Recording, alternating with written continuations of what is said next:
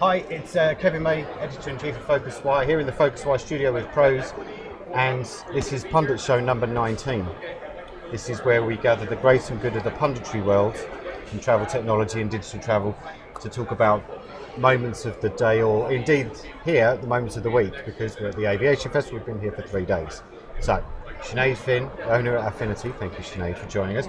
Mark Lenihan, officially our longest title of any podcast pundit we've ever had. You're the head of air and rail propositions at Travelport. I've got to ask you, what's a proposition in this term? It's positioning, product marketing, product strategy. Okay. So, and how Travelport presents itself to the airline market and airline customers. And okay. Likewise, rail market. Okay. And is that part of Travelport Digital, or is it part of the bigger mothership? It's part of the bigger mothership okay. since the end of last year. Okay. And for those that don't know, Affinity is a consultancy, and you help people like those that are here, correct? Correct. I help really to set up tech businesses with airlines, so to get contracts for tech businesses with airlines. Okay. So it's quite fun because obviously I'm an airline person through and through. That's what my background is. Mm-hmm. So I can get the ear of the airline. So right. Okay. So we've got that out of the way. Yeah. Now we get down to the punditry. So right, we're right at the back end of 3 days of lots of airline stuff. So we're going to go through some talking points. Not exactly put you on the spot, but get your view on what you've been seeing. So, Mark, we'll start with you first. What has excited you this week? Yeah, I'm not sure excited is the right word, but it's great to see that the whole sustainability and CO2 thing bubble way up to the top of the agenda. You know, almost every airline CEO that's been on stage has addressed it. And I think there's some good points that IATA made about, as an industry, we're not communicating what we're doing, what we can do and what we will do in the future, because I'm not sure who said it, but I think it might have been Johan from EasyJet. The travel connects people, the world needs travel. It's a counterbalancing force to nationalism and everything else, and I think it's a benefit that's worth paying for. What did you think? You were here on Wednesday, weren't you? I didn't attend everything on. It was so many different shows going on. Right. So. What did you think when you walked up the road and you saw the Extinction Rebellion people camped outside with their on the theme of the sustainability?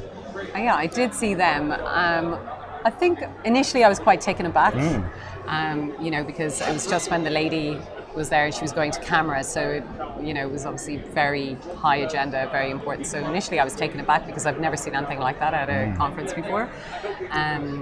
But at the same time, I was quite excited by it because I think, it just raises everything around travel in general, and it's nice to see. I like seeing outside people coming in and having a say. I think it's just interesting. Yeah, I mean, sustainability and green travel and things like that has been off the agenda of most conferences over the years. And as you say, it's now they're all talking about it. Did you go and talk to them? I spoke to the police.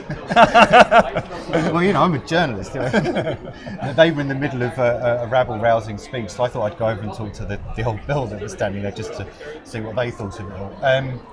I think you're right. There has been a bit of an uptick in the conversation. Yeah. I think the proof is in whether that conversation continues into following years, rather than it just being, because this year is air shaming and there's been stuff in Scandinavia and things like that. From what I hear, there may be a thread next year at this conference around green issues. Yeah, I think you have to go back as well to look at the consumer. So, when we look at travel, we always think of the consumer, and the consumer is not going to stop flying. So it's just what is it that we can do as an industry to offset what's happening to the environment, and that really is the key question. So hopefully, if those issues are raised next year, I think it would be make for a very interesting. Yeah, conference. And I suppose the more consumers are talking about it, like you say, they can't keep doing it as lip service. Yeah, it actually does become a thing, I suppose. Anyway, well, let's move on from. It's excited you. What excited you, Sinead? For me, it was the battle of the apps. I was blown away by the battle of the apps because The moderator, possibly? Oh yeah, you did moderate it, I forgot that. forgettable. I know, moderators. So no, it was. Thanks for forgetting, by the way. No, I'm really joking. I could never forget you, Kevin. No, it was fantastic. I'm not somebody who goes and actively, downloads any app. I just download apps that are relevant to me. That's only a couple of airline apps. I was blown away by, I suppose, by comparison to the apps I have downloaded, how far some of these apps have moved in a very, very short space of time. And it just really, I loved it. I love the idea of, wow, where is this going to be in another year? Because it seems to change on a monthly basis. Yeah. Probably on a daily basis. Now, if you were one of the judges, which one would have won for you? Are you allowed to say? Or was one of them your clients? I loved Turkish as a presentation. It looked terrific, the graphics and everything. It was amazing. I thought it was absolutely fantastic. But I think the right airline won. I think EasyJet deserved to win, and they won. So is the connection here? Because he has to say the that Travelport team in Dublin design, build, and maintain that app. Really? So wow! that's, I didn't know that. Yeah, so apart very, from very happy for the team actually. So beyond the happiness, any Congratulations. observations about the app competition? Going in and helping Dan and Glenville prepare for the app, I can say they felt they had really strong competition, and we know it was very close. There's a lot of really feature-rich apps out there, but I think EasyJet, what put them across the line is just that wow factor. They can do that extra little bit of wow and creativity in their app, and it's one of the things that sometimes the low-cost carriers actually are better at that stuff. They've got inherently they're more flexibility, and innovation is closer to their DNA. And sometimes that's why they tend to go a little bit out ahead of the bigger guys. Yeah, I mean for the viewers and listeners, the way it worked was that the judges had been testing these apps and playing with them for the last 6 weeks or so, and then they had a certain number of points. And then there was enough points made available at the end, which is the power of the presentation, which is why they pitched here on Wednesday.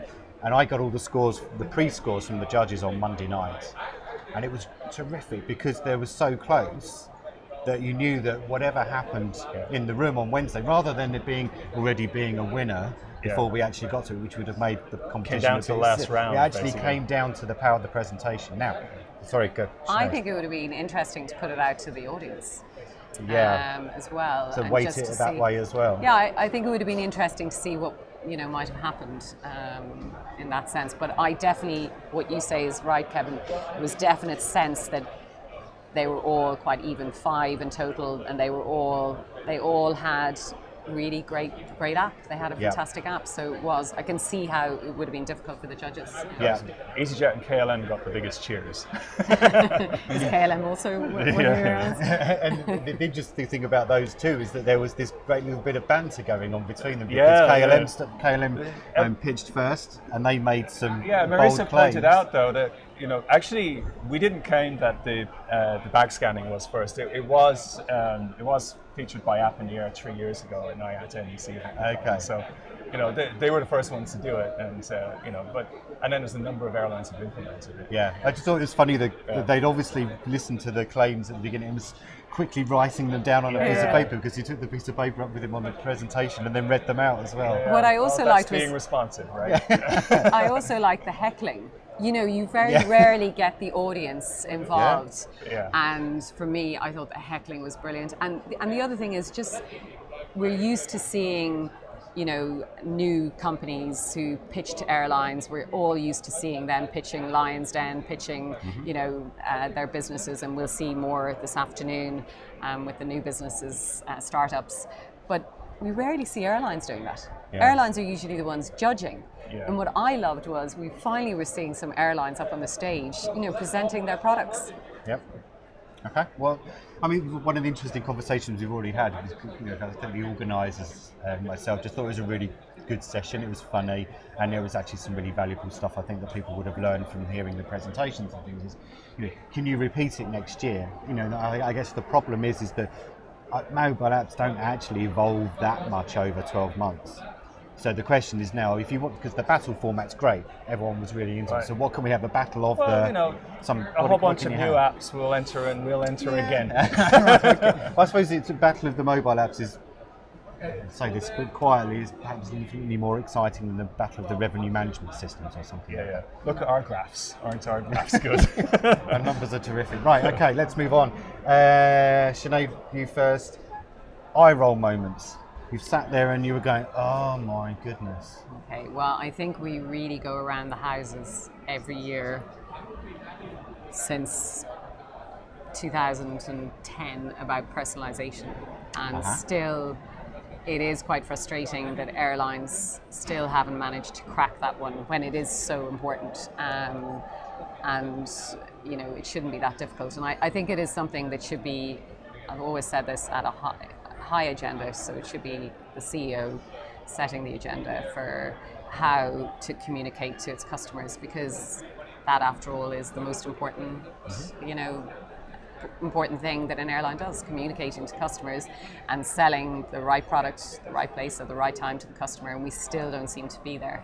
Yeah, I think after hearing that phrase, the right product to the right, I roll myself then, because you do kind of get it every second presentation, right? Mark? Well, eye roll moment for me was my eyes rolled a little bit during the whole space thing at the beginning, right. And not because I'm not a massive geek and I love space rockets, but a lot of this stuff is being brought to a transport conference when it's really nothing to do with transport. It's space exploration is its own thing. It's a worthy endeavor, and insofar as it's a tourism thing, it's not transport at all. It's a super rich destination activity, and I think we're talking a long period of time before it actually starts to impact transport. Where technology is going to have an impact is in things like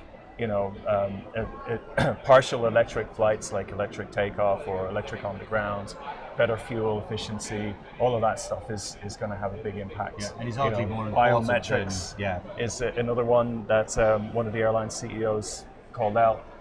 It's maybe not as fun as rockets, but it was interesting. It's arguably more important because it affects more people rather than the elites like yourself who've probably bought a ticket for an orbit around Mars already, Mark. Okay. I'm already in orbit around Mars. Before we go to some of the moment aspects, one thing, test my theory here a little bit. One of the things I kind of sensed this week, especially after moderating the retail summit for this is my 4th year, is in the first year, certainly less so the second year, there was a lot of people were in the audience and they were scribbling notes, and you felt that they were being educated, especially around retailing and things like that. And now you watch the audience a lot as a moderator, as you well know, and people are sitting there and there's less note scribbling and more kind of, so that's what they're doing. So my theory, if I can call it a theory, is that the market is maturing, the airlines are maturing because they've actually now done a lot of this stuff. And now they're just trying to see how the competition does it, rather than, okay, how do we do that? Does that make sense? Do you agree or not? Yeah, I do. You're allowed to disagree. Yeah, well, in the last 4 years, things have moved on immensely. And I think probably what's moved on more than the low-cost carriers are the legacy carriers. They've really taken ancillaries more seriously than ever before, and how they promote ancillaries to their customers. And I think so. Yeah, I think that definitely has moved forward.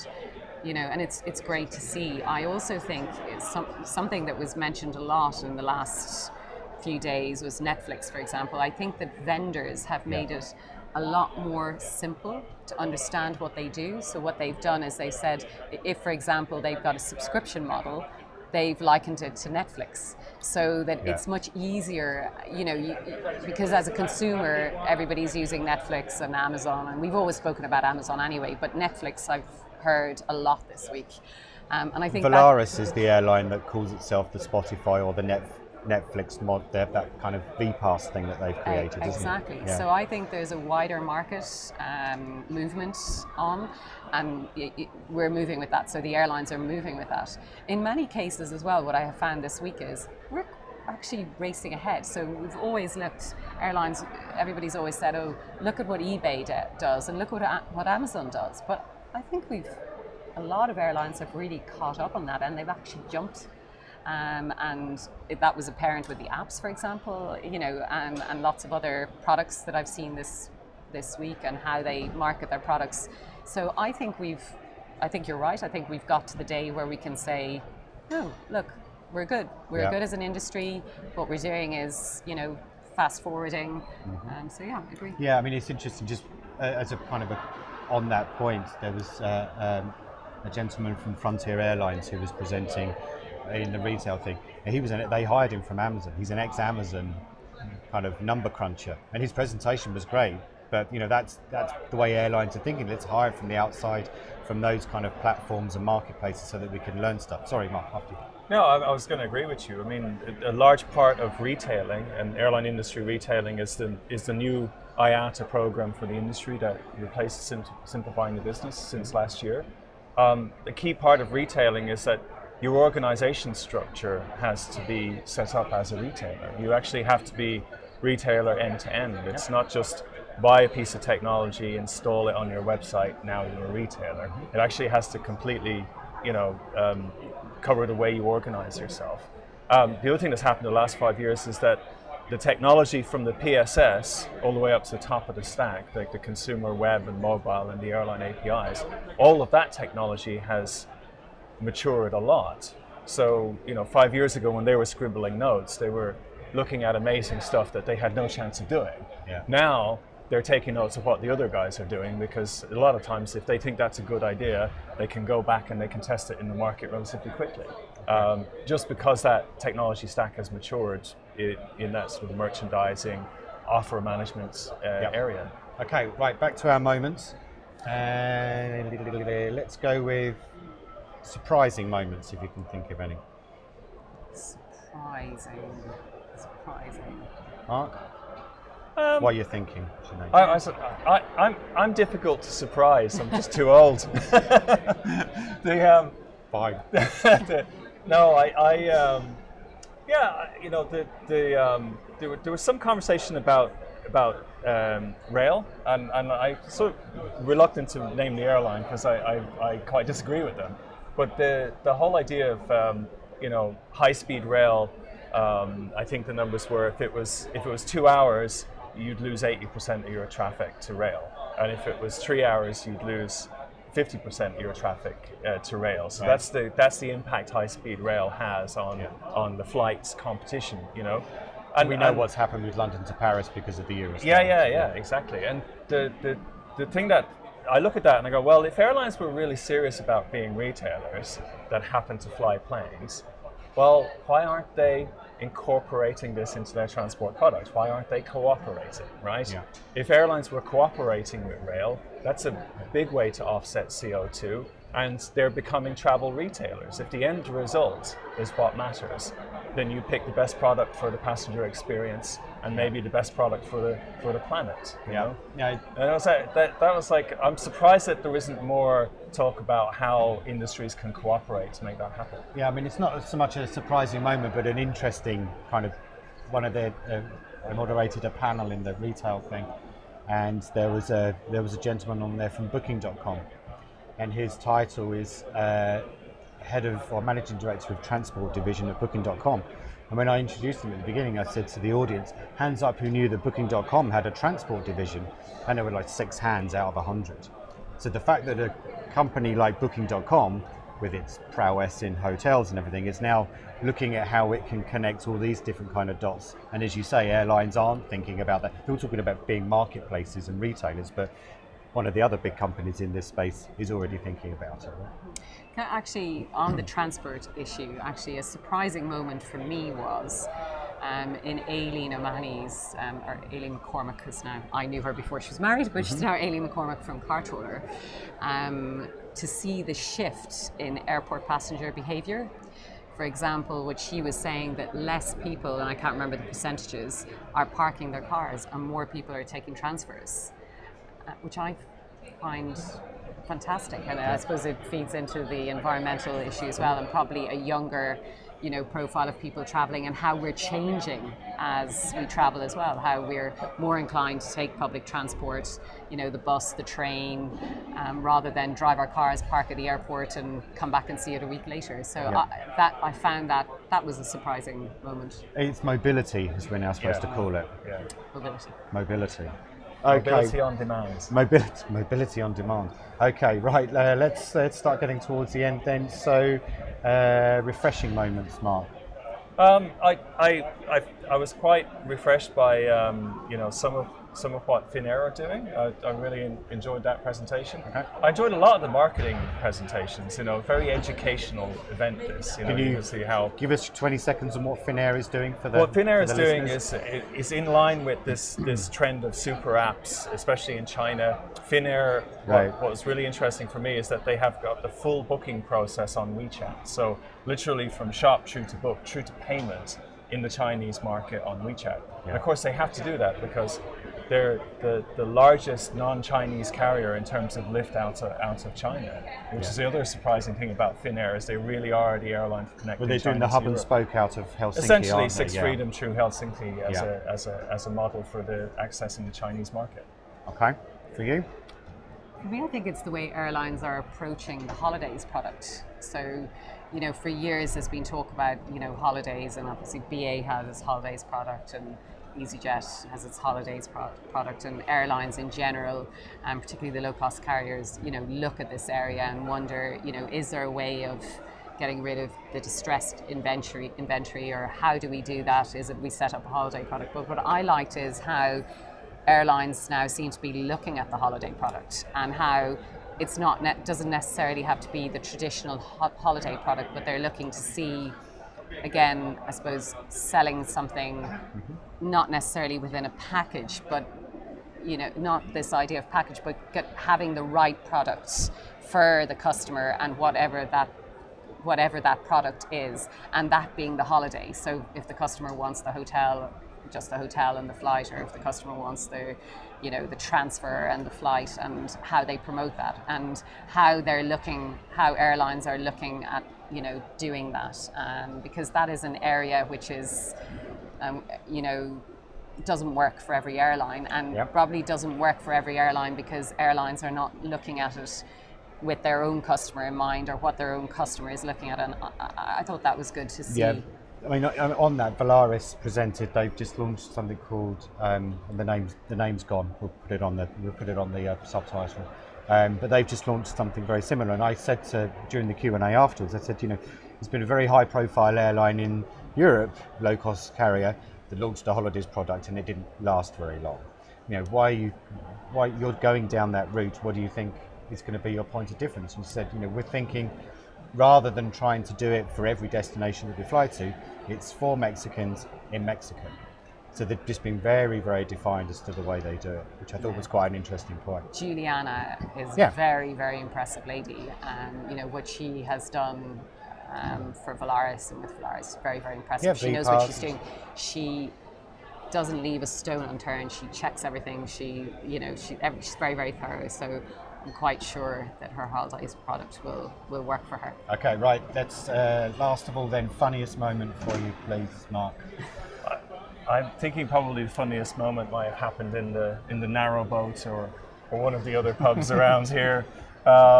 It was. I did have a laugh. There was one airline CEO, and they know who they are, who referred to the overhead bins as a hat rack. But but slip of the tongue. But it was funny. Right. Okay. Sinead. Okay, well, my funniest moment has to have been moderating and trying to keep. So I really love keeping everything to time. I'm really like being on time at all times. But I had a challenging speaker who I realised was on slide 11 and still had 24 more slides to go or something. And I had a panel session as well, which was running later in the day, and I thought everything's just going to get destroyed by this. But we sorted it all out in the end. But it is every moderator's worst nightmare. But I took it all in good spirit, and Very good. Okay, right, we wrapped up. Talking of time, I did promise you that we would be done before 30 minutes, and we are. So Super. thank you very much. Right, just goes to say thank you very much to Sinead Finn, Mark Lennon, and this was PundIT Show number 19. Thank you very much. Thank you. Thank you.